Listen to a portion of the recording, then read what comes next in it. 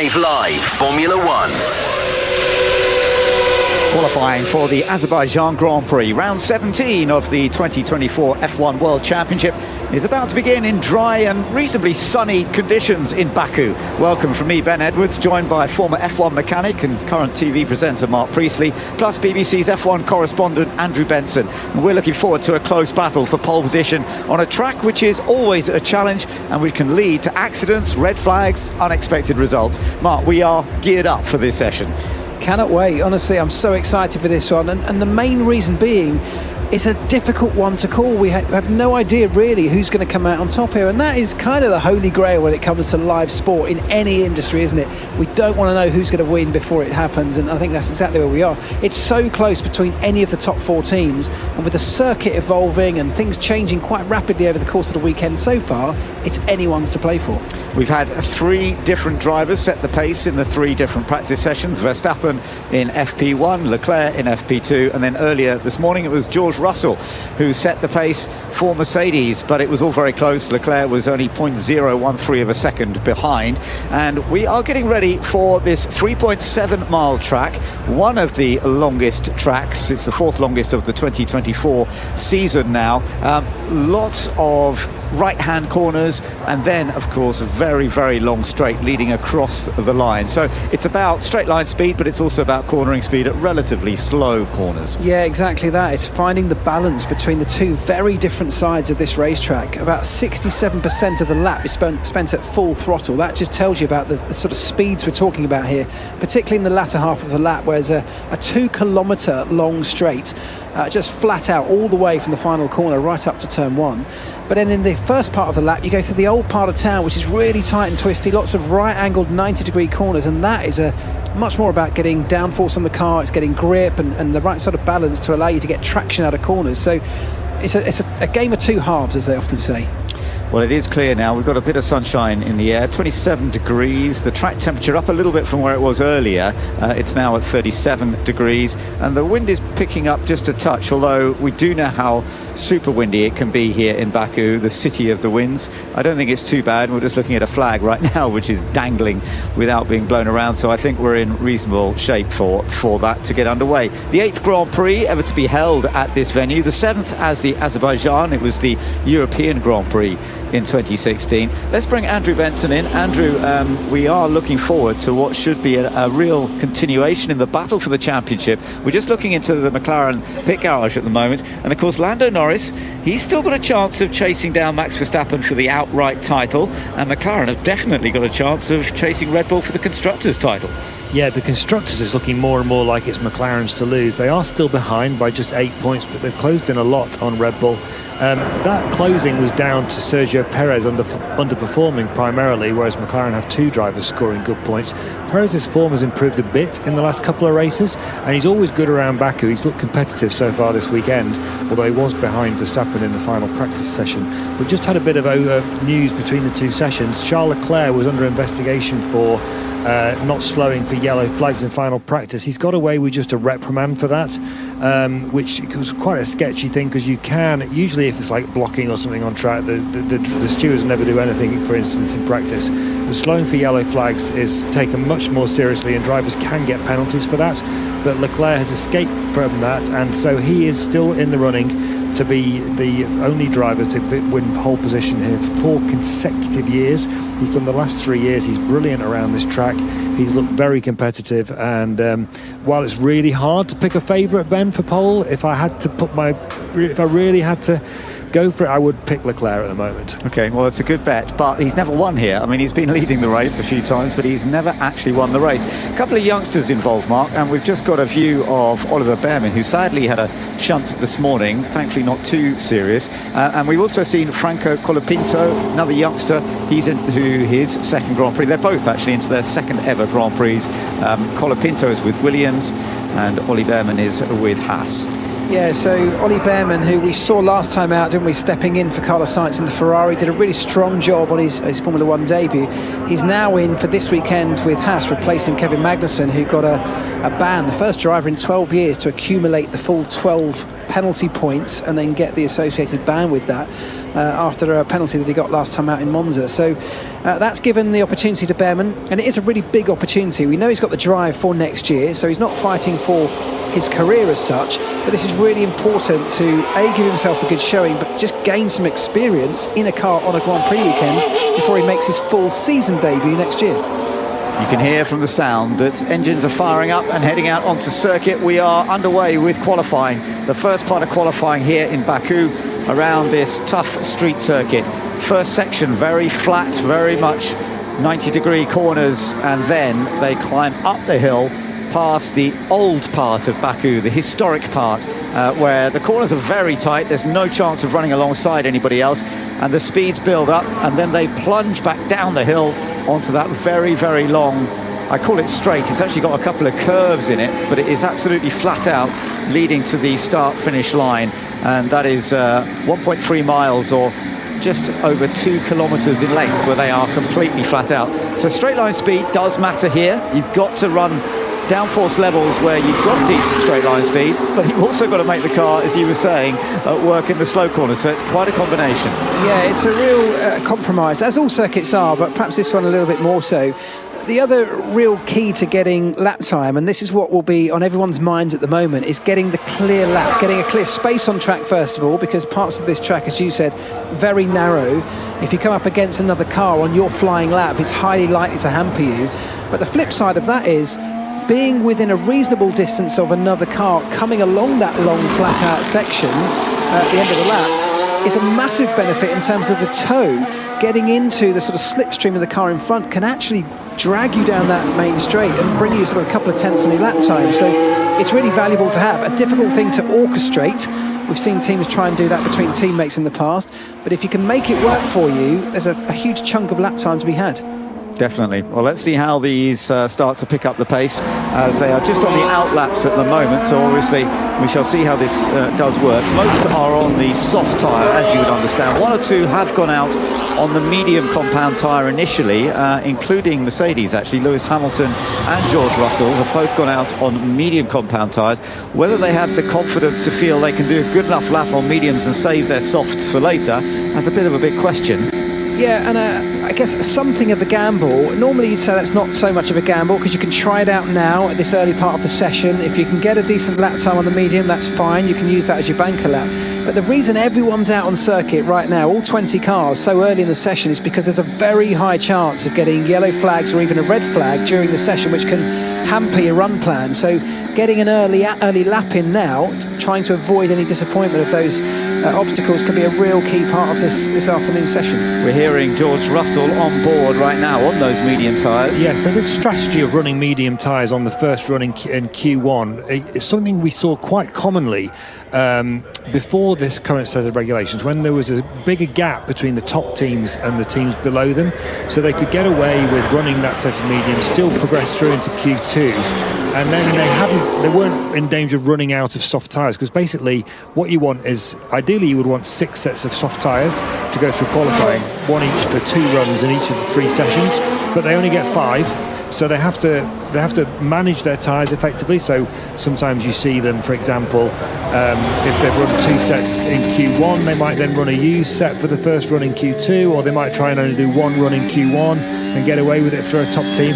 But I haven't seen this way of getting around that strategy for quite some time. It's going to be interesting to see if this works for Mercedes. Meanwhile, we're now listening into Verstappen. Hulkenberg has just set a pace of 1:44.8. That's been beaten by Bottas, surprisingly. I'm surprised that Bottas has just gone a little quicker, because the Sauber's been struggling here so far.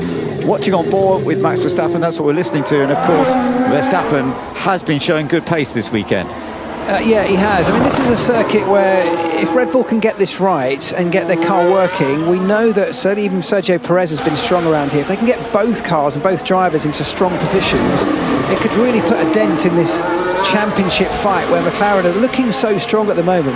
I don't know if Red Bull have got anything that can actually hold them off in the Constructors' Championship, but we have seen performance swing quite dramatically. I mean, McLaren themselves took a giant leap forward at a midpoint of the season. So there is nothing to say that it's done and dusted, because Red Bull may be able to find something that could transform the the performance of their own car still with so many races left to go, but they will need a strong showing here to stop. McLaren could come away as leaders of the Constructors' Championship quite easily here if they have a good weekend. Absolutely. It's not impossible for Ferrari, but they would need an amazing weekend and they would need the other two to have a bad time. Colapinto's just gone fastest. Franco Colapinto, the youngster with Williams, has just got a fraction faster, 3,000ths faster than his teammate Alex Albon. Williams 1-2, would you believe it? It's about to change because both Red Bulls are on very rapid laps, and actually Perez is going quicker than Verstappen at the moment. We're about to see Max Verstappen go over the line. He does go fastest, so the Williams have been pushed down, but I have to say that's brilliant. Ollie Behrman's gone fourth fastest, by the way, and we're going to see now where Perez goes, because Perez, I think, is on an even better lap than Max Verstappen, although Charles Leclerc is also on a good lap. So we're going to see some changes. Yes, Perez goes fastest now. He does a 1:43.4. But now we're waiting for Charles Leclerc, who's had 3 pole positions in the last 3 years here at Baku, still waiting for his first victory. But can he take that pole position once again? Q1, of course, it's still important. Well, in fact, he goes between the 2 Red Bulls. Yeah, good laps from those guys at the front, both Red Bulls and the Ferrari. We've still got the 2 McLarens to come round, and of course those Mercedes on that medium tyre. We should explain to people what's happening here, because the 2 Williams being in 4th and 5th at the moment seems unusual to people, and it is partly, largely I would say, because the circuit evolution on this track is so great. And what I mean by that is it's a street circuit, doesn't get the typical usage that an out-and-out racetrack would get. So for most of the year, it's just got regular traffic running round. And on a Grand Prix weekend, the performance of that track, the grip levels, ramp up massively over the course of the weekend and even throughout this session. So as the session rolls on, the circuit's going to get quicker and quicker and quicker. Daniel Ricciardo going right out to the barrier. Yeah, I think he just managed to avoid it. I'm just having a look at what George Russell did on the medium compound. He's gone 11th fastest. He was quick in a straight line. 11th fastest, is that going to be safe enough, do you think? I think it was a huge gamble anyway for all the reasons we said, but given the circuit evolution, I can't see any way that a lap on that medium tyre this early in a session is going to be comparable to anybody else as the session goes on. We've still got a reasonable amount of time left. The circuit, as I said, is going to get faster and faster, so I don't think that's a lap that's going to give them very much. Hamilton is 9th on the medium tyre so far. So it's Sergio Perez, who is currently fastest for Red Bull. Leclerc 2nd for Ferrari, Red Bull in 3rd, and then McLaren. Yeah, the car is jumping around like crazy on the rear axle. Okay, copy. So Verstappen just reporting about how the car is feeling, but he is 3rd fastest. We're watching Carlos Sainz now, who's done the best first sector of anybody, and getting a bit of clear space from his teammate. Yeah, he's gone very, very fast in the first sector. He did have, and he's actually very quick coming out through that middle sector. The car looks right on the ragged edge as he had a bit of a moment coming through a high-speed corner. It still looks like he's holding it together, and this could be a strong lap from Sainz. Hulkenberg's just popped up to 6th. Ollie Behrman's been pushed down to 12th. Where are the Williams now? They're in 8th and 9th places, so still looking pretty strong. Let's just see what Carlos does here, because he wants to put himself into a safe spot, and he does. He goes 2nd fastest, a 1:43.5, and that's a fraction slower than Sergio Perez. And we've got a yellow flag in sector 1. No, it's been cleared already, so that's good news. Yuki Tsunoda, meanwhile, is also trying to push on. He has been putting some good laps together here in the past. He's also got a bit of a toe at a vital stage coming down the start-finish straight, and that will always help, and he moves up to 11th. Yeah, that's a really beneficial toe, because it's happened to him at exactly the right moment, coming onto that very fast section to close out the lap. So that would have helped his top speed enormously, and as I said earlier on, that can make a massive difference, because it's such a large portion, relatively speaking, of the lap. If you get the toe all the way along that section, that's a lot of the lap where you're gaining massive amount of top speed and therefore lap time. We're watching Ollie Behrman at the moment, who had the accident earlier on today, but doing a great job in the Haas, the 19-year-old who took those points for Ferrari when he stood in for Carlos Sainz at Saudi earlier on this year. He will be driving for Haas next year full-time, currently down in 14th, but his teammate Hulkenberg up into 9th. Let's just see how this lap goes. Well, he goes 11th, so it's okay. You don't have to be in the top 10 in Q1. You want to be in the top 15, and he's certainly in that at the moment. Yeah, absolutely. I think the two McLarens are ones to watch, because at the moment they're not troubling anybody right at the front. Currently in 6th and 7th, about 4/10 off the time that Sergio Perez and Carlos Sainz have been able to do. But they're on a second lap now, still on the soft tyres. Oscar Piastri gone through the first sector. He's improved a little bit. Norris also improving, but I don't know if he's going to trouble the leaders still with this one yet. Hamilton and Russell have been sent out on soft tyres now, no great surprise, having done their first run on the medium compounds. Hamilton has been pushed down to 13th, Russell's 15th. They've got to go out on the softs to be safe, and that's what they are now doing. As we listen in to Piastri's lap. Yeah, still not good enough from either McLaren at the moment. Piastri's lost a lot of time in the middle sector. Norris has gone quicker than he went before, but not enough to trouble the leaders yet. So a little bit still to find with the two McLarens, and so much of it is going to be about getting that toe. Franco Colapinto's gone third, and even though Piastri's just crossed the line with a good lap, he isn't there. And Norris, Colapinto is faster than both Lando Norris and Oscar Piastri at the moment. The Williams is a very fast car in a straight line, and the question coming into a race like this for somebody like Williams that have good top speed is how can you balance that through the tight and twisty stuff? And it kind of looks like they're doing a really good job. They've got a really nice setup, nice balance on the car. And for a young lad like Colapinto, who's, as I said earlier on, only in his second Grand Prix, this is a good showing so far. Yeah, we just seen him touching the wall, but it was perfectly done because he didn't damage the car. Oh, Ollie Behrman got a bit sideways. Well, he did well to hold that and not hit the wall, but that wasn't ideal for Ollie Behrman. He's down in 12th place at the moment. So in the drop zone currently, we have Esteban Ocon, George Russell on the medium tyre lap, but we're watching him. Oh, Sainz has been down an escape road. He's backing up, getting back on, but this could affect somebody behind. I don't think it's going to affect Russell, thankfully. He's just got out of the way. That's the third error I've seen Sainz make. He cut the turn 15 corner when he was trying to prepare his first lap. Then at the end of his first lap, he went off into the turn 1 runoff, which was the brief yellow flag that you were talking about in sector 1. And now we've just seen him go off in turn 2. So he's obviously not having a particularly happy time in that Ferrari, Carlos Sainz. He's always been out-qualified here in Baku. Just for some reason, it's weird how this place suits some drivers really well and others not so well. Well, I tell you who else is not happy is Max Verstappen, still the current championship leader, the world champion, of course, who's been complaining about how the rear end of his car was really unstable, bouncing a lot. And it's been one of the troubles that Red Bull have had, is dealing with circuits that have got bumps on them. And this is a street circuit. It is a bumpy track. Leclerc goes quickest, about 4/10 faster than Sergio Perez. But Max Verstappen now back in the garage complaining, and he used the words, "I'm absolutely nowhere." So really not happy at this point, whilst his teammate, Sergio Perez, seems much more comfortable at this stage. He does, yeah, no, he's in a good, strong second place. Russell's now putting together a good lap on the soft compound tyres. Hamilton likewise on soft tyres, and Russell's got a little bit of a toe, not much, because he's got cars ahead of him actually coming in the pit, so he didn't get much of a straight line toe, but he goes second. That was good. So he goes faster than Perez. George Russell, who was fastest in the last practice session earlier on today, is showing that good pace for Mercedes. Hamilton we're riding with right now, another former winner of this track, of course, at Baku, but he is down a little bit. I don't think this is going to be the same sort of lap that Russell's just done. No, it doesn't look like it. I haven't seen most of his laps, so couldn't quite see how comfortable and balanced he seems. We'll get a lap time readout in a few moments, but we've lost his onboard, so we'll keep an eye on. Not entirely comfortable. A decent lap from Russell puts him up in second, but he's still 3/10 off what Leclerc can do. And I think a lot of that is going to be attributed to the circuit evolution. I know I keep talking about evolution, but it could be as much as a few tenths every 5 minutes or so. The circuit is ramping up and delivering that amount of lap time just through the clearance of dirt and debris, the leaves, the dust, and rubber going down on the circuit over and over again. So Hamilton's gone fourth with that lap mark. He's 3/10 slower than Russell, who went across the line just a few seconds before him. It's a sort of repetition of everything that's been happening for Lewis Hamilton all year.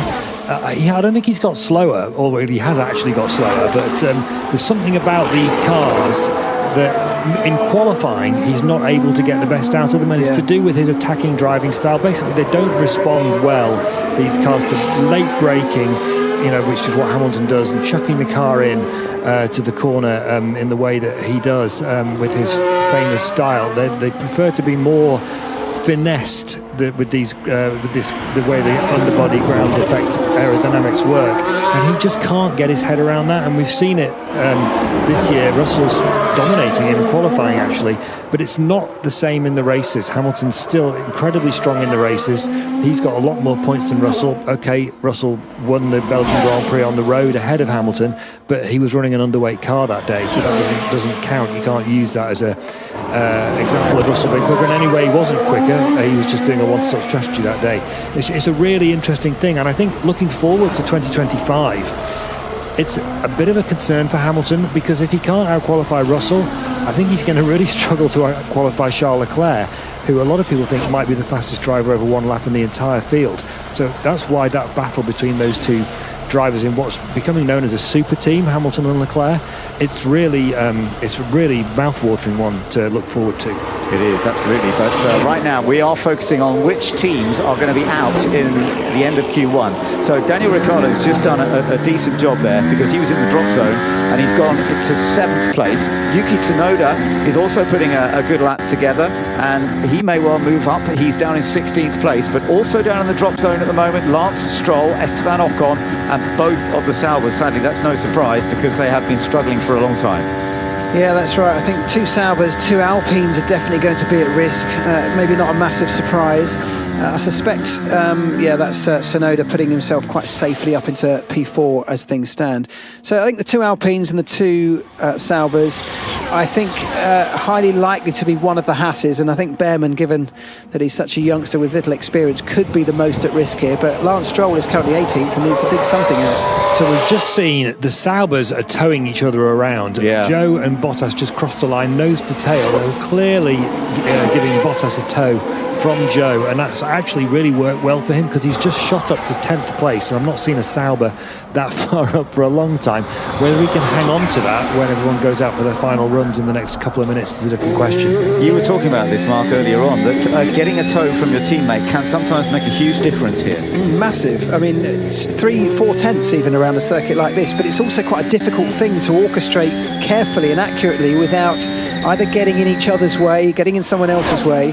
You've got to be very sort of meticulous about how you prepare building up to that lap. But it looks like they've done a good job with Bottas. I wonder if they'll try and return the favour. They may well run out of time with only 1 minute and 20 seconds left on the clock.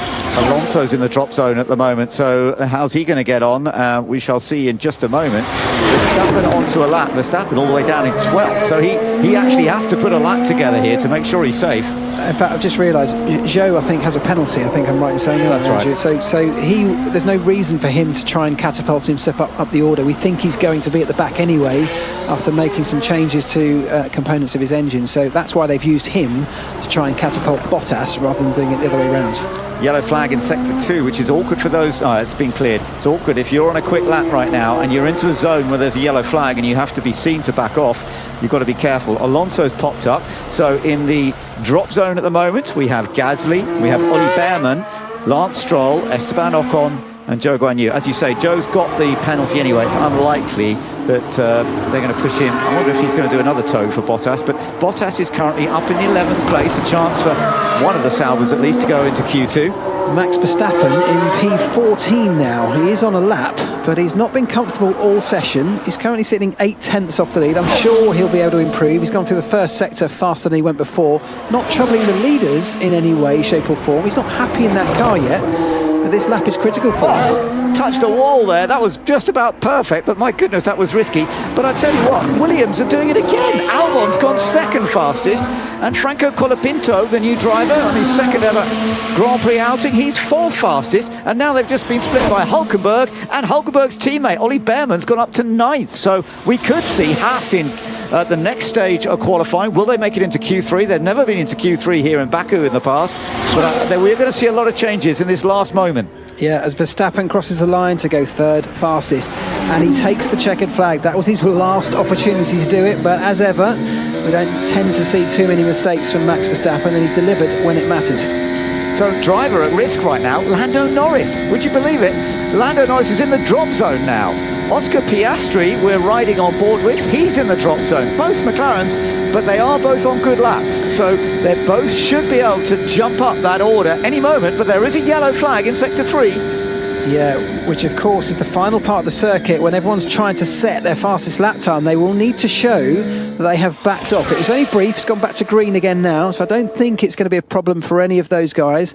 Piastri makes himself safe up into No, P3. it is a problem for Lando Norris. I think he's had to back off, and he's out. Lando Norris in the drop zone, and he's out. He cannot go through, by the looks of things, into Q2, because he must have backed off on what was looking like a reasonable lap. But I think, as you say, that yellow flag He must have done. has affected him.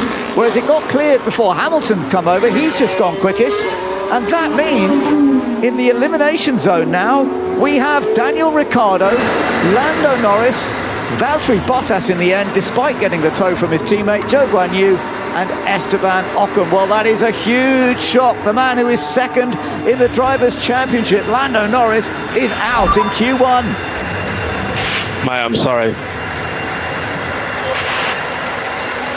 We don't know the full story yet. No, that was his engineer talking to Lando, saying he's sorry. We're going to see a replay now, so we'll try and describe what we see to you.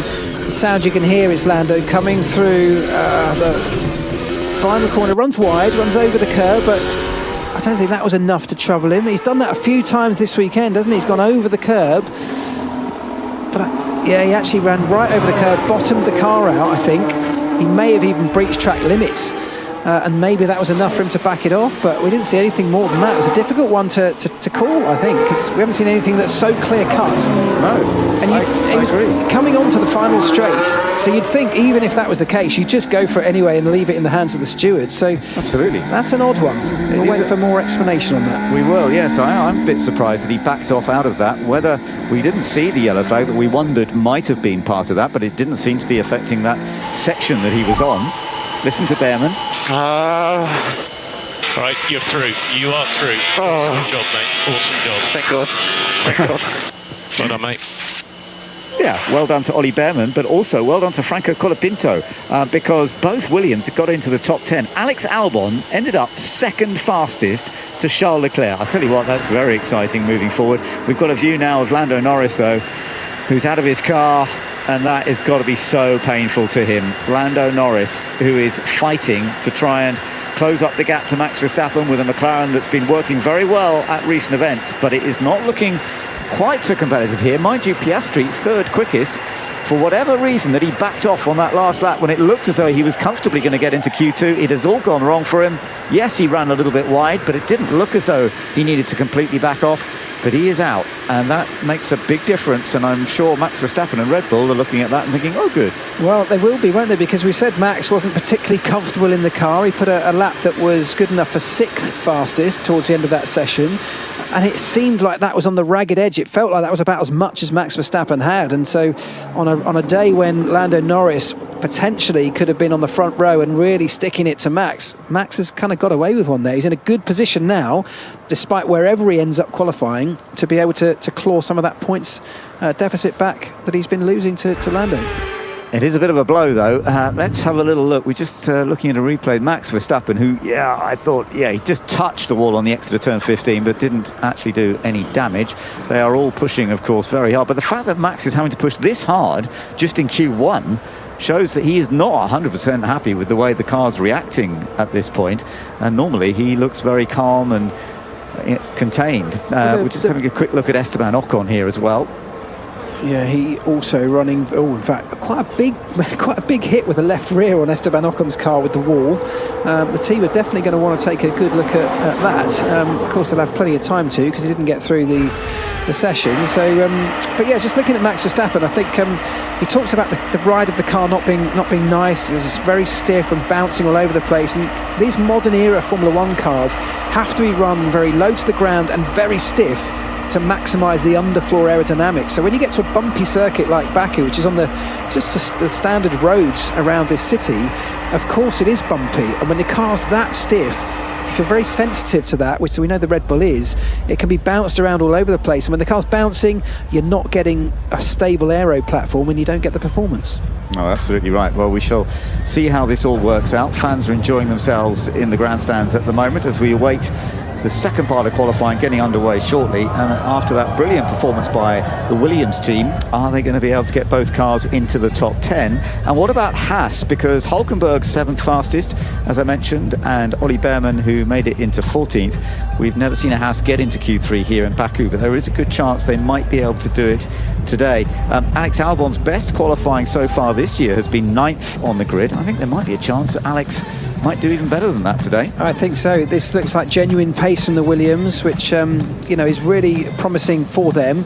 It's a real opportunity for Colapinto, because whilst it's obviously a great opportunity for everyone at Williams, and Alex will be the guy expected to lead that charge in whatever performance they can bring, Colapinto has joined Williams at a time where they have a sudden opportunity to get themselves into points-paying positions. That's been the thing that has led to, amongst the sort of crashes and crash damage, that's one of the things that's led to the demise of Logan Sargent. He was never able to get that car into the points where his teammate occasionally could. So a real chance for Colapinto.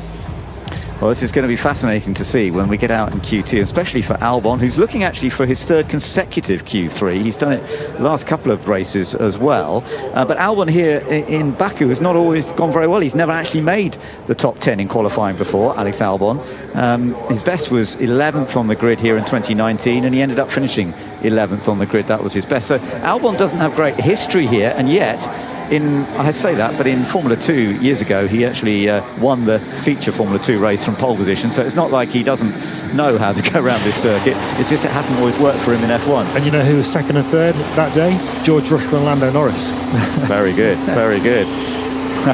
Well, Lando Norris is not going to be up there this time, is he? Well, he's got a lot of work to do if he is going to do that, because he's going to start right down the back in P17, Lando Norris, on a circuit where you can overtake, but it's even the very long straight and an extended DRS zone this year, it's traditionally proven not to be the easiest place to overtake. So we'll have to see. He's got his work cut out, but it'll be sort of damage limitation, I think, for Lando and McLaren from that starting position. So all hopes really for them, particularly with the eyes on the Constructors' Championship, lie in the hands of Oscar Piastri, the guy who this week they kind of announced they're going to use as a second driver.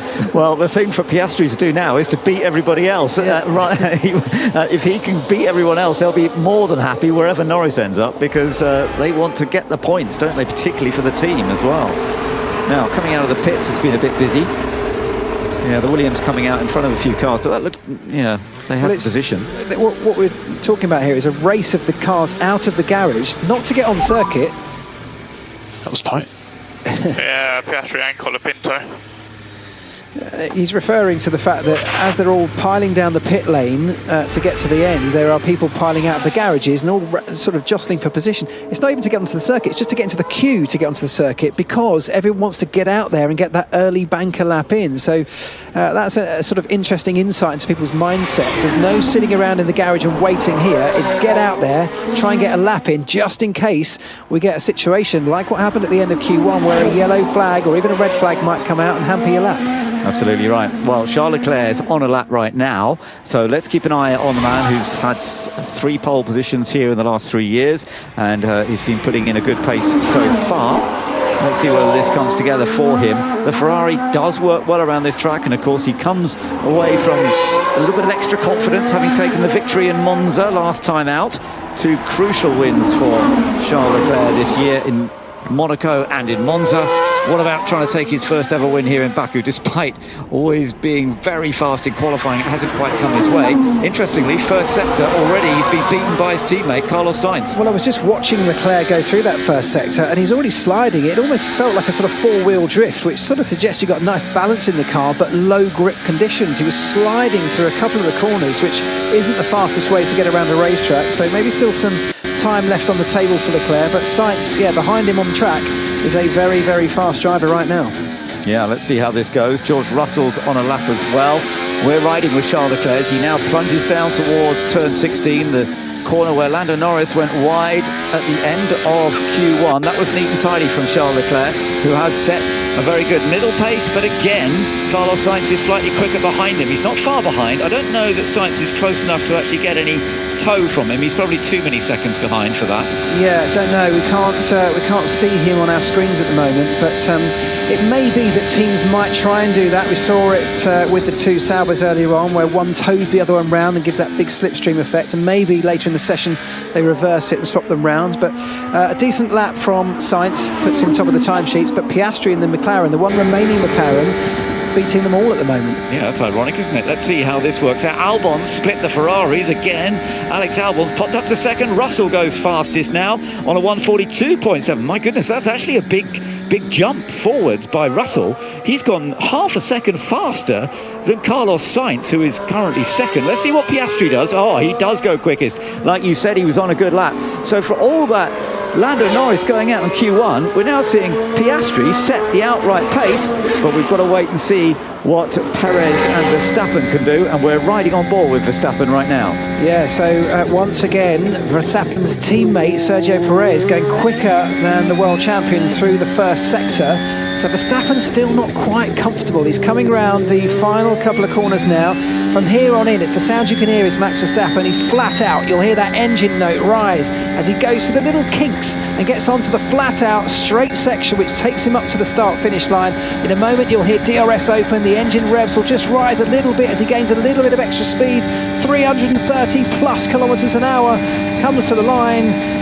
And Max Verstappen goes quickest with a 1:42.0. That's quick. He's gone half a second quicker than Piastri now, but here comes Sergio Perez, and Perez goes second fastest. It's a Red Bull 1-2 at the moment. Only Mercedes have ever had 1-2s on the grid here. Mind you, we're still in Q2. We're not in Q3 as yet. We're looking at a replay of Oscar Piastri into turn 15. Did he hit the barrier? Not quite. He didn't, but he had to sort of tiptoe his way round. I think he sort of understeered towards the barrier and probably had to just back out a little bit. Maybe that cost him something.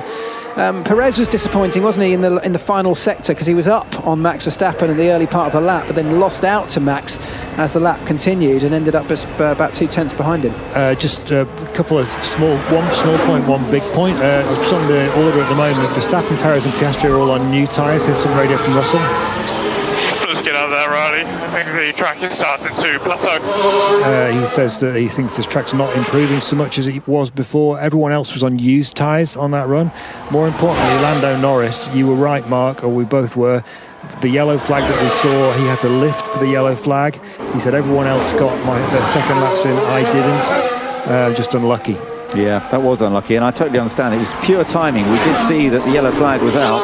On the replay, I hadn't seen it come up, but that's what it was. He backed off, and you do have to show that you've gone slower in a sector when there's a yellow flag. But it is also a hugely known risk at this circuit. We've even been talking about it this weekend, haven't we, that you've got to get those laps in as early as possible. It is just bad luck. There's nothing much more he could have done about it. It's just bad luck that it fell at the moment he was coming through that sector. But it is something they all have to watch out for here.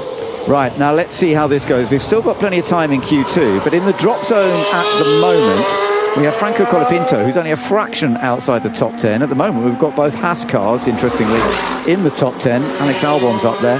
Alonso's in the drop zone currently. Then Pierre Gasly. Gasly in the Alpine did make it into Q2, but it doesn't seem likely he's going to be able to go much further than that. Yuki Tsunoda is currently 14th, and Lance Stroll is 15th in that drop zone right now. So it's going to be fascinating. We kind of know the likelihood of the Red Bulls running 1 and 2 at the moment, going through. Piastri, of course, we've only got the one McLaren now that is still fighting. Both of the Mercedes, they're both in the top 10 currently, and both Ferraris. And then it's one Haas and one Williams, but that's still open to play with. Carlos Sainz on track right now. Carlos down in 6th place. Going out on a new set of soft tyres, I think, so we will see quite a lot of improvements going into the final stages. Yeah, and interestingly that George Russell saying to his own team there, let's get out there. I don't think the track's improving too much. It's Ferrari, both Ferraris that have actually taken that advice and have gone out early. Everyone else, including George Russell, still sat in the pits with 7 minutes to go, waiting in the hope that things will ramp up, and being out late is going to deliver the fastest lap time possible. So Ferrari, slightly out of sync with everyone else. We're going to get their lap times first, then everyone else will have a target to try and go and beat. Yeah, you're absolutely right. So let's see. Carlos Sainz is now starting his flying lap. So let's see how this goes. Into turn 1, runs it right out to the edge, but that was beautifully done. We're heading down into turn 2 now, onto the brakes. We've seen him go down the escape road a couple of times there, not on this occasion. He's fine through turn 2. Decent long straight now towards turn 3, and then another 90-degree left-hander coming up with a fairly short run into a 90-degree right. Very easy to get this wrong, but so far so good. Yeah, and because everyone else is still sat in their garage as we speak, they've got a clear track in front of them, the two Ferraris. That'll be part of the strategy here. There is no risk when everyone else is sat in the garage of yellow flags hampering your lap, unless it's you or your teammate that's causing them. So that puts them in a strong position there. Nice clear track, unobstructed, nice and tidy first sector. Whether it's going to be enough to start troubling the guys at the front, and currently that is the 2 Red Bulls, we'll only have to wait and see. He goes through the castle section, this really old part of town, very narrow, very tight and twisty. He's tidy through there as well, so this looks like a good clean lap so far. Yeah, and it could be for both Sainz and Leclerc. In fact, Leclerc's not close enough to be picking up a tow behind Sainz, but they, as you say, they've got clear track without cars in the way, as long as they don't hit the barriers, and that was nice from Carlos Sainz. He plunges downhill into turn 16. He's very much on the pace with what Verstappen has already set. Verstappen currently fastest on a 1:42.042, and Carlos Sainz is very similar to that performance. Charles Leclerc, we're going to have a look in a moment to see whether he's on the same sort of mix, but he's a long way behind Sainz and he won't be getting a tow. Yeah, no, Leclerc's going very well actually. He's slightly quicker in sector 2. So we're about to see Carlos Sainz move up. He's gone 3rd. That should be safe. So he surely has done enough. He's 4/10 away from Verstappen actually in the end. That's a bit more than I expected, but you would think that would be enough for going into the final part of qualifying. Charles Leclerc, he's on a better lap, and I think he may well go right up there with the Red Bulls. Let's see, is this enough to beat Max Verstappen? No, he splits the Red Bulls. He's a fraction slower than Verstappen. Yeah, and that's interesting. So Sainz lost a lot of time in the final sector, and if you compare the Ferraris to the Red Bulls earlier in the weekend, it was the Ferrari in that final sector that was quicker. It was almost like the Red Bull had more downforce on it, that was slowing it through the really high-speed section. I wonder if they've made some changes coming into qualifying that's just taken a little bit of downforce off, given the Red Bulls a little bit of extra speed, and that's what's made them a now what seems like a good match for the Ferrari. More new soft tyres on cars about to head out, but it's getting busier now because quite a few of the cars are all coming out at the same time, and we'll have to see whether they get these clear laps that they really want to do. Let's just run you through the list right now. With 4 minutes to go in Q2, the target's to get into the top 10. In that top 10 we have Max Verstappen, Charles Leclerc 1 and 2, Perez 3rd, Sainz and 4th. So both Red Bulls, both Ferraris. Piastri is in 5th place. He's still in the pits at the moment. George Russell 6th, just coming out. Ollie Behrman doing a great job, 7th fastest. Listen to Leclerc. When will I have someone in front? Come on, we've practiced that all weekend, not to be completely alone in qualifying. He was actually frustrated. He didn't actually just mean his teammate. He was hoping to get a bit of a tow on the final section, but he said there was no one in front of me. That didn't help. Well, we'll have to wait and see whether that was a good or bad strategy, won't we? Because if everyone else, as they all come out the garage now, and that's now a much busier track, if they're hampered by yellow flags and somebody getting it wrong and ending up down the escape road, like we saw happen to Lando Norris in section 1 of this qualifying hour, it could be that Ferrari have played this very well. It may not have got the outright fastest lap, but they've done a decent lap and it was unimpaired by anybody else getting in their way. So yes, he wants a car in front to give him the tow, but with the car in front comes a risk that you might get hampered by a flag. I think really what he's doing there is giving them a message for Q3. He's saying, this is fine for now, I'm not going to struggle to get through Q2, but I'm not going to get pole against Red Bulls who are getting tows if you don't get me a tow as well. And the gaps, you need about sort of 4 or 5 seconds is the gap that you're looking for the perfect tow, so you're as little disrupted as we've got a message from Sainz up on the screen there saying he keeps missing the tow, and he was about 8 or 9 seconds behind on that lap. So Sainz is blaming Leclerc. I don't think Leclerc doesn't really feel like it's his fault. Obviously, I would read between the lines on that message. Well, no driver ever thinks anything is their fault. No, but there has been a little bit of tension between. They keep it under wraps, but every now and again you see a little bit of competitive tension bubble up between the Ferrari drivers. And I'm not saying this is it now, but certainly a little bit of needle there for sure. And I think that's Leclerc's message is, let's sort this out for the next session. Absolutely right. You're riding on board with George Russell right now.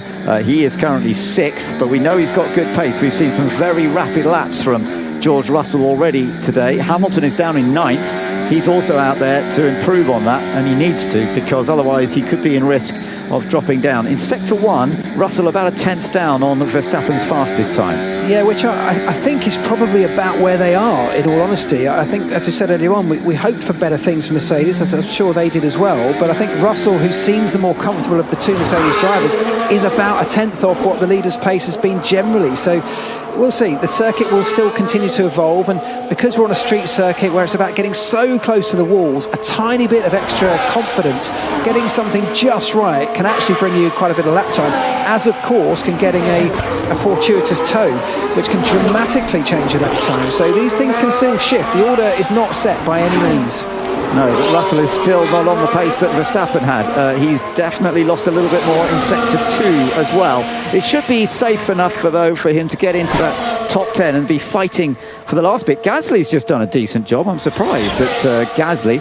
Hamilton's not on a great lap either, no. So I'm really surprised that Gasly, I wouldn't have thought he's going to make the top 10, and I think he will get pushed down, but that was actually a good lap by Pierre Gasly. He's been pushed down to 8th, Albon's gone ahead of him, Russell goes 4th. Yeah, Russell goes 4th. Hamilton, though, he's just closing out his lap now, coming up towards the line, but he was a long way off after the middle sector. P7 is as good as he can get right now, so that's a 1:42.7, about 7/10 off the leaders. That's not safe. Hamilton is not safe, I would say. There may be people who would knock him out. Whether he's going to do a lap, well, he won't get another lap because he'll have to back off now anyway. We've got a few seconds before the checkered flag comes out, so who else is going to improve in the drop zone at the moment? Gasly's been pushed down. The two Haas cars, I think we are going to keep an eye on as well. Alonso, keep an eye on Alonso. Okay. He's on a good one. Okay. And Ollie Behrman goes over the line. He's 10th at the moment. Oh, and that's a big move up for Alonso. Absolutely well spotted. Alonso, and that means Albon is now at risk, but Hamilton is only one place ahead of Albon. Verstappen, who is fastest already, he's on another quick lap right now. Alex Albon in 10th place. His teammate, Franco Colapinto, is 6th. He's surely safe in that position. I don't think anyone... The checkered flag has come out, but I don't think anyone has got anything left in their tyres. No one now is posing any threat in terms of performance, no one going any quicker. So I think what they've done is the circuit has reached its peak. The tyres have certainly had the best out of them. They haven't got time to come and change them, so I'm pretty sure we're set in the order now. We are, and I tell you what, once again the Haas team have failed to make the top 10, and I think that matches the best. I think Magnussen was 11th on the grid here before, and of course Behrman standing in for Magnussen. Now he's ended up 11th on the grid, faster than his teammate Nico Hülkenberg, so well done to him, but it matches the best they've ever had here. But Colapinto, he's got up into 6th place. That's brilliant in the Williams, and both Williams cars are in the top 10. I think that's absolutely remarkable, and particularly from Franco Colapinto, the youngster. Alonso pulling out a surprise by going 5th. And let's just confirm who's out then in Q2. It is Ollie Behrman in the Haas, Yuki Tsunoda, Pierre Gasly, Nico Hülkenberg and Lance Stroll. So Stroll ended up 15th, whereas Alonso ended up 5th. Yeah, that's really disappointing, isn't it, from Stroll? When you can see your teammate and you know the capability of the car, you know what the potential of the car is, and yet you in the sister car are not able to deliver, that's a real blow for a driver. So shame for him. It is a real difference between teammates, isn't it? But here is Behrman. Had a look up. Damn it. Mate, I'm such an idiot. Well, Behrman, he's done a good job. He might not have made the top 10, but Albon ended up 0.13 of a second faster in the slow corners, and that meant that maybe that was part of it, but Albon's made it through. Behrman has not. Of course, one of the big stories so far in qualifying is the fact that we've lost Lando Norris. We've got a chance to just catch up and hear from Lando Norris right now. Lando, so sorry to see you out in Q1. Was that just the typical Baku qualifying where yellow flags can catch you out at the wrong time? Yeah, pretty just that really. There was, the lap was easily good enough, just a yellow flag, so I had to back off. We've seen people can come with the big long straight, they can come and make up positions. Is that just the best you can hope for tomorrow, try and crack into the top 10? Yeah, but I don't even think it's as easy as that, honestly. Following is pretty much impossible around here, and overtaking is, I think, a lot worse than what everyone thinks. So I hope I'm wrong, of course. I hope there's plenty of chances, but I'm not expecting so, and there's a lot of cars behind who are very low downforce, which will be pretty much impossible to overtake. So I'm honestly not expecting a lot from 17th, but we'll put in a good plan tonight, and we'll do our best, of course. But I don't know what's going to happen, so we're just kind of wait and see. Well, yeah, Lando Norris, he's dealt with that, okay, but there wasn't much choice he had. You know, when you get a yellow flag on a key fast lap, what can you do? It is just bad luck. You know, it comes for you and it goes against you at times over the course of a long season. He's had his moments of luck. He's had that fortuitous safety car, I guess, early in the season that helped him towards that first win of his. So it just goes for you on some days and goes against you others. That won't make it any easier to take, but it's the only way you can look at these things, unfortunately. We're just looking back at some of the replay action from Q1. So there was a yellow flag because there was damage on Ocon's car. He'd actually hit the barrier, and then Lando Norris, as he came past, the yellow flag was out because the car, the yellow light, well, actually it was a green light by the time he got there, but there had been a yellow, and that's why he backed off, I think. It's really difficult. There's a flashing light panel which looks green, but it could easily look yellow. Yeah, I think he must have caught a yellow somewhere. He must have done.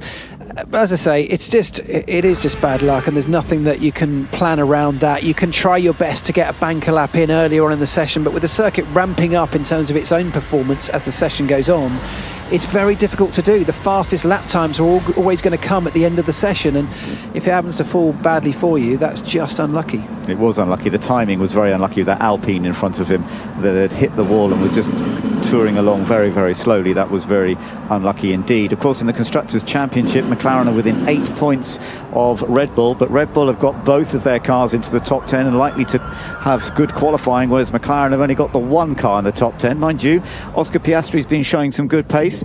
He wasn't quite so quick there in Q2. We'll see whether he's going to be able to challenge up front. Max Verstappen setting the pace in that second part, but remember, the battle between Verstappen and Leclerc here has been remarkable. Last year, they both did exactly the same fastest time in the first part of Q3, and then Leclerc went even quicker in the second part of Q3 and took pole position last year. Interestingly, although Max has won here in the past, he's yet to take a pole position. In fact, Red Bull have never taken a pole position, even though they've had a number of victories here in the past. Yeah, I mean, look, this is a really big opportunity for a number of people here, isn't it? Because Max Verstappen will be looking at the opportunity that he's got over and above his title rival of Lando Norris, who's down in 17th. He was pretty quick in that last session. Sergio Perez is also, this is like the strongest performance for him in a while. So from a team point of view, Red Bull looking very strong and with a real chance to open up a points gap over McLaren. If you look at Leclerc, he did a very strong lap time there. The car looks really good. He didn't get the tow. If they can manage to orchestrate a tow from Carlos Sainz, maybe they give one to each other at different points in the session, that could be worth another couple of tenths at least around here. You could see a really strong performance. So I still think Charles Leclerc, if they can get that bit right, could be in with a really good shot here of pole position. Yeah, it's a good point. Well, I wonder if Red Bull will work together for tows as well or not, whether they will look after each other. We shall see.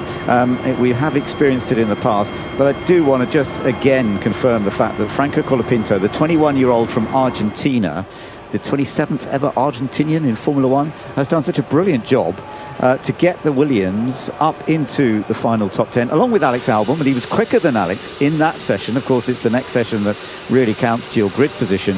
But very, very good, and we know that a lot of Argentinian fans are loving the fact they've got a driver to support again. Yeah, they must be getting very excited the fact that he's made the top 10. Absolutely, it is huge, and you know, whatever happens in this final part of qualifying, Williams will have both cars inside the top 10, which means that for the race tomorrow, they're in with a really strong shout of getting points. Yeah. And if you think about it, Colapinto, as you said, very inexperienced. This is a very difficult track for an inexperienced guy to navigate with pace without sticking in a wall.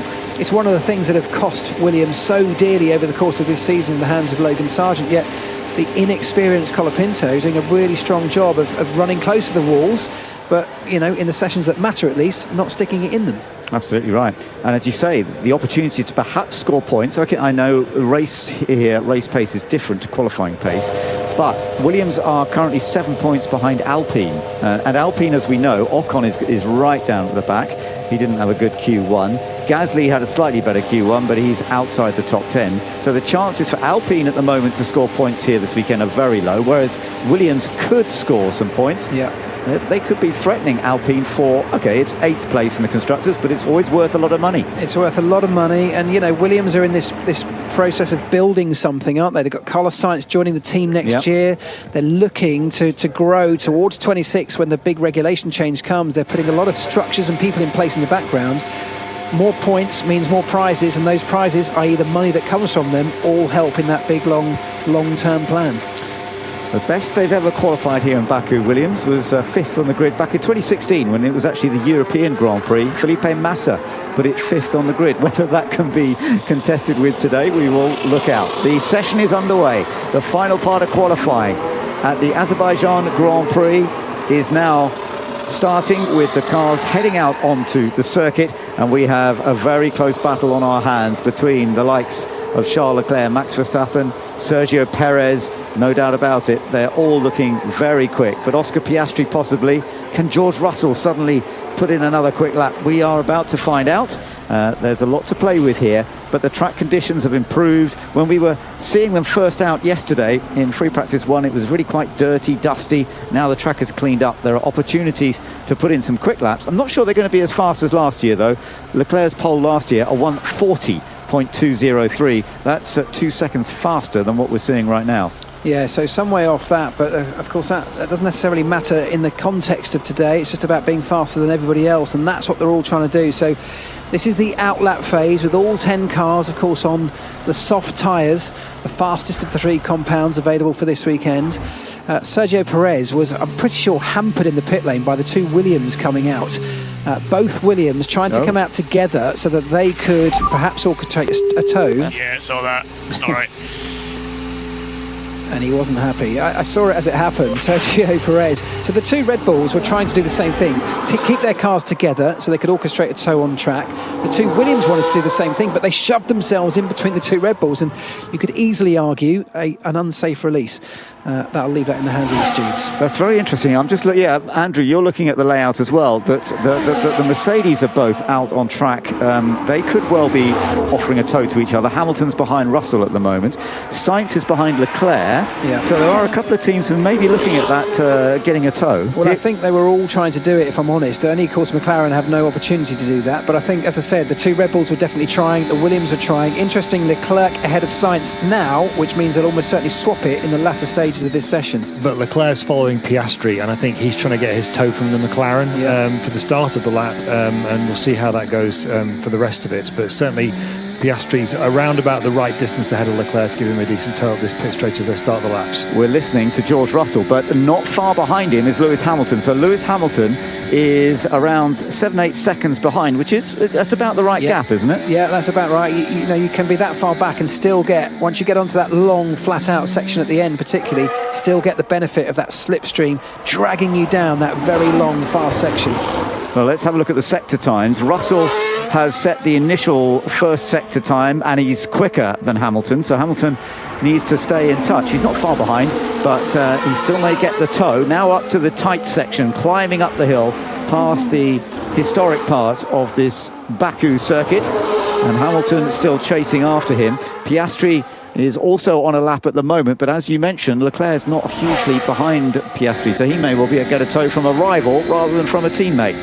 On board with George Russell once again into the vital turn 15, needs to just stay off the barrier, and he did that beautifully. Yeah, nice and tidy from the Mercedes in the hands of George Russell. He goes quicker than anyone else in the middle sector.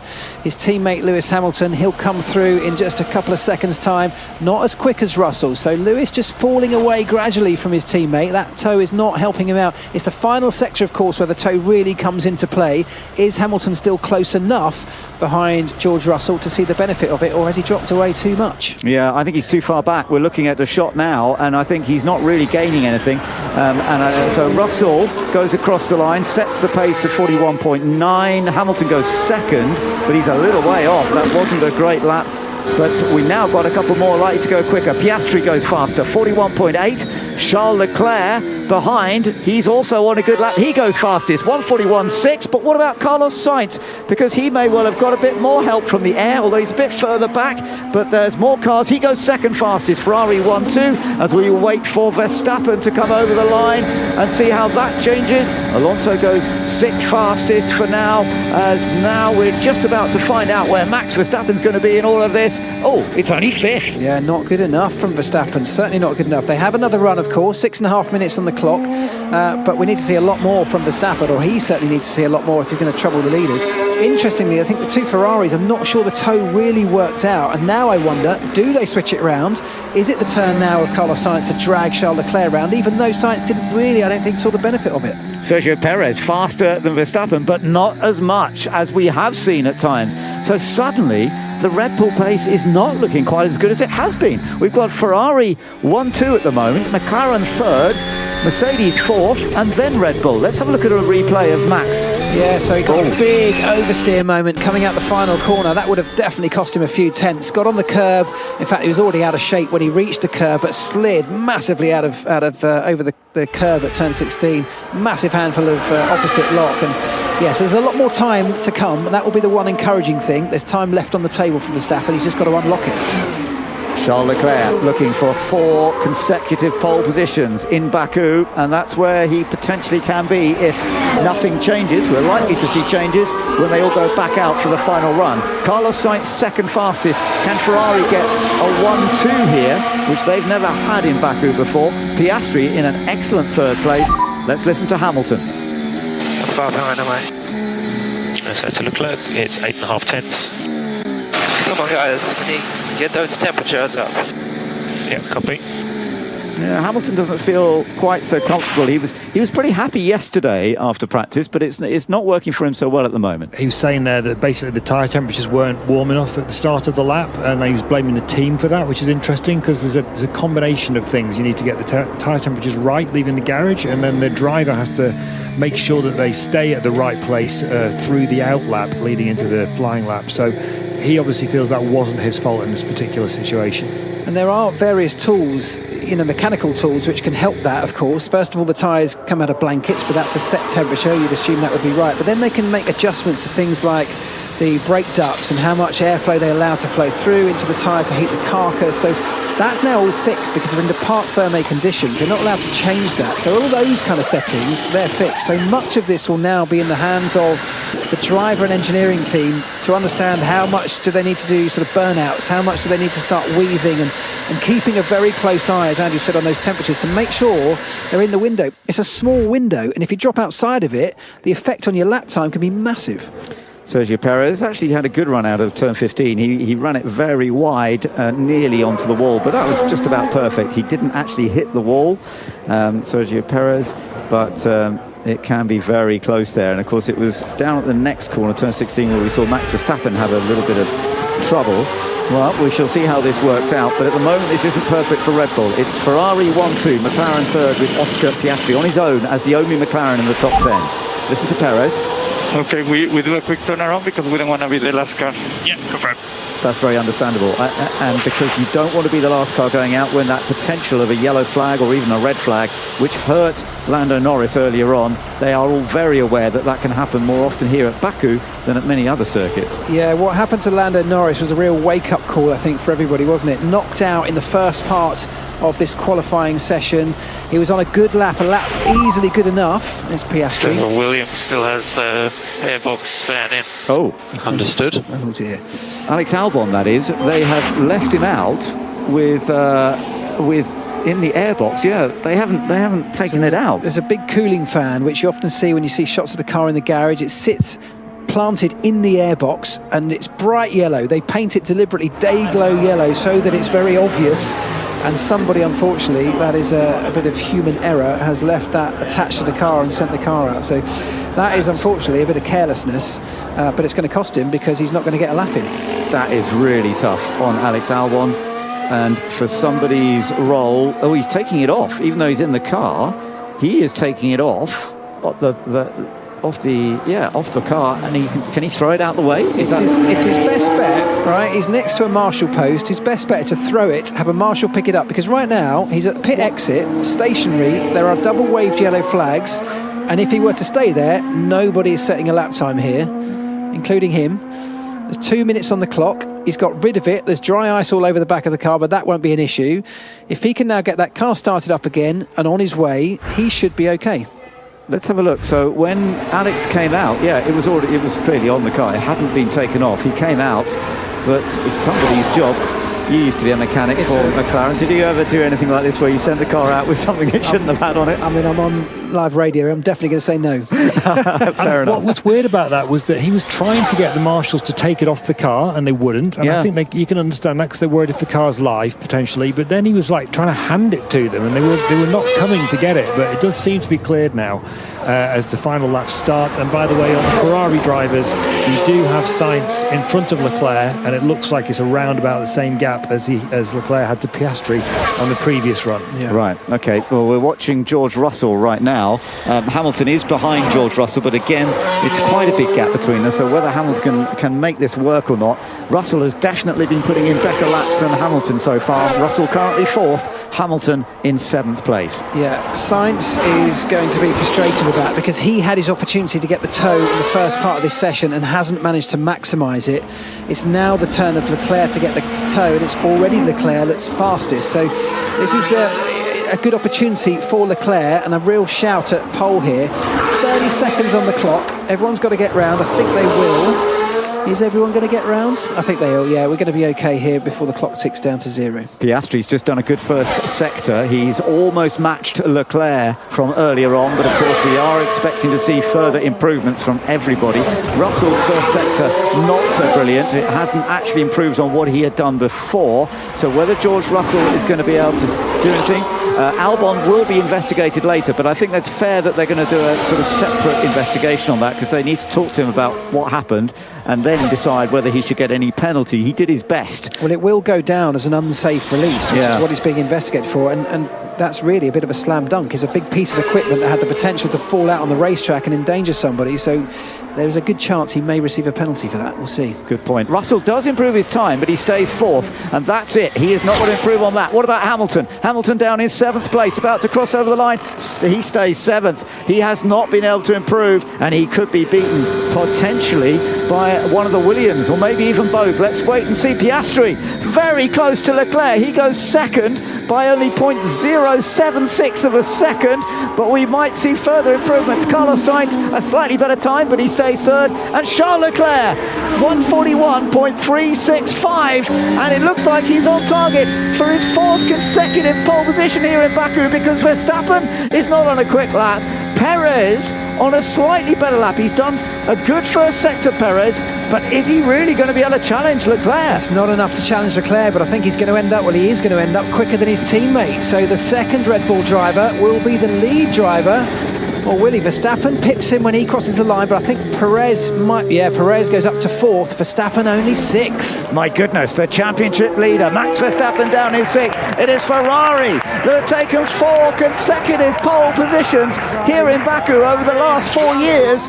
A fantastic performance by Charles Leclerc, his 26th ever pole position. Ferrari's 5th in total at this Baku circuit, and that really is a fantastic performance. He loves qualifying here in Baku, but he has still never won it. Can he this time manage to convert that pole position into victory at a circuit that he always goes well at? He's had an engine failure in the past when he was on target for taking victory. Other issues have happened to him, but for now, that is brilliant. He's matched what Michael Schumacher once did for Ferrari, actually taking 4 consecutive poles at a single track. And pole position. No chance for anyone else. That was beautiful. Let's go! Yes.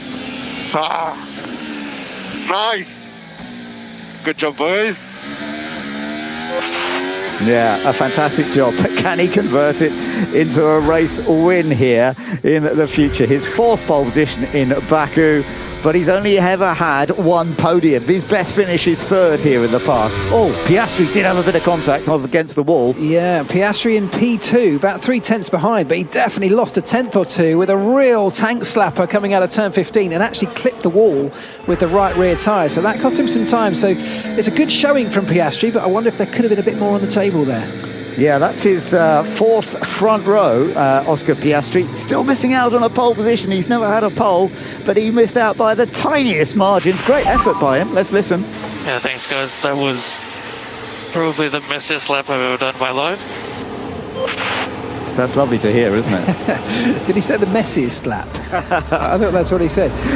There was definitely a scrappy segment to it, so I don't think the 3/10 may be a fair representative of the actual margin, but he is the one that carries all of McLaren's hopes into tomorrow's race, with Lando Norris all the way back in P17 after being knocked out in Q1. Well, very, very good qualifying. As we expected, it was pretty unpredictable, but Charles Leclerc, who has dominated qualifying here for the last few years, has done it yet again remarkably. And I think that the big surprise for me is that Red Bull, that have never had a pole position here, they've not even ended up on the front row. You've got Sergio Perez in 4th position and Max Verstappen further down in 6th position. So that really is a tough one for Max Verstappen. He is still fighting for points, of course, with Lando Norris further back. That's going to give him a little bit of a boost, but he's still going to have to work hard. It's a bit of a get-out-of-jail-free card, that, isn't it? Because on a regular day, if you look at the pace of Piastri, you'd imagine that Lando would be up there as well. With if Max Verstappen was only able to get P6 with Lando on the front row, that's a real worry in the championship fight. But he's got a bit of a bye there, a bit of a free pass with Lando so far back. Yeah, it's a good point. If Lando hadn't had that yellow flag, that was not his fault at all, but backed off and lost out from getting through Q1 into Q2, you're absolutely right. This could have worked so well for McLaren. They could have had both cars right up front. They've got Piastri on the front row. Where Norris would have been, it surely would have been somewhere similar. By the way, though, well done to Williams, getting both cars into the top 10. And it was Franco Colapinto, the new boy, who was quicker than Alex Albon. So 9th place for Franco Colapinto, a fraction faster than Alex Albon. I don't know quite what happened to Alex. He didn't seem to put, well, because of that problem, I don't think he actually ever did put a proper lap together coming out of the pits. And Colapinto has done a brilliant job, and that is actually matching the sort of best qualifying of the season so far. So well done to Franco Colapinto for the Williams team. Very, very impressive. And we shall see how that goes in the race, whether Williams can actually score some very useful points out of all this. Well, we're going to go and hear from our top 3 drivers on the grid, and they're being talked to by Alex Brundle.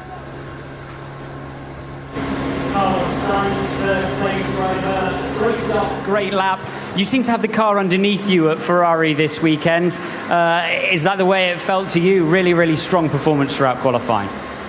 Yeah, I think we had a solid solid day in general with the 2 cars, and I think we put ourselves in a very good position for tomorrow. I've never really been 100% hooked up around here in my career. It's a track that I tend to struggle a bit, so to be P3 is a good position for tomorrow, as also my race pace yesterday seemed strong, so all to play for tomorrow. The track was moving around all over the place underneath you. How difficult was it to keep up with the swift evolution of the track early on and then it tailing off towards the last part of qualifying? Yeah, definitely. The track was ramping up a lot, and we were getting more and more grip as the track cools down and the sun goes down. So it was all about adapting. I found something going into Q3 that gave me a bit more confidence. Yeah, probably wasn't the best of the build-ups to that Q3 lap, but at least I found something that allowed me to put it into the top 3, which is a decent position for tomorrow. Was the Ferrari front row available today, or was it Oscar a little bit far away from you? If I would have been a bit quicker, yes, but it's Baku and I've never been my best version of myself around here. But I think tomorrow we can be. Great job. Thanks so much.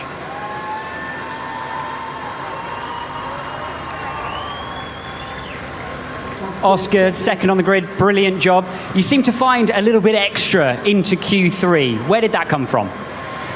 I just got a bit closer to the walls, and on the last lap got a little bit too close. Yeah, just tried to really get the most out of it. You know, this track really rewards commitment.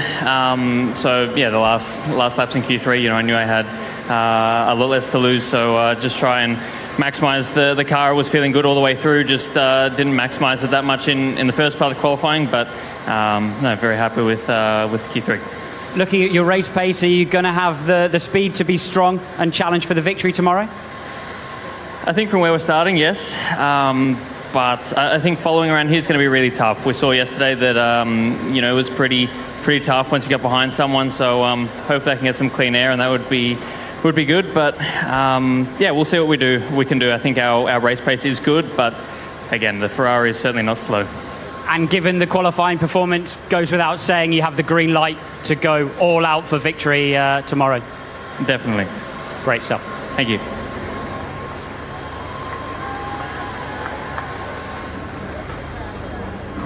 Charles Leclerc, mesmerising lap from an evocative win for the team at home in Monza to continuing your amazing run of form in qualifying here.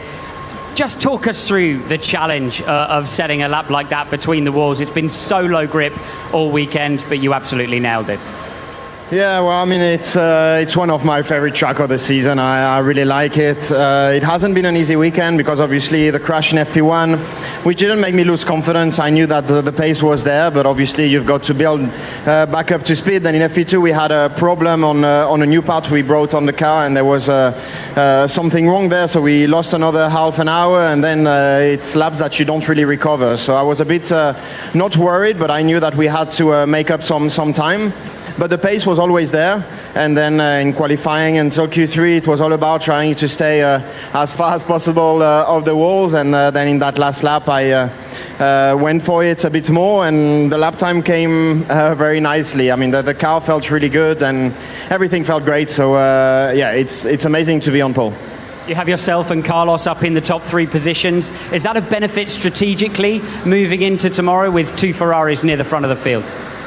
Let's say it's the best we could have hoped for. So yeah, I mean, normally the even side of the grid is a little bit less grip. So first and third is where you want to start, and hopefully we can play a team game tomorrow to win that race. But it's going to be a long race. In the past, we were very strong in qualifying, struggling a bit in the race. This year, we have a stronger race car, so I hope that we can finally make it tomorrow.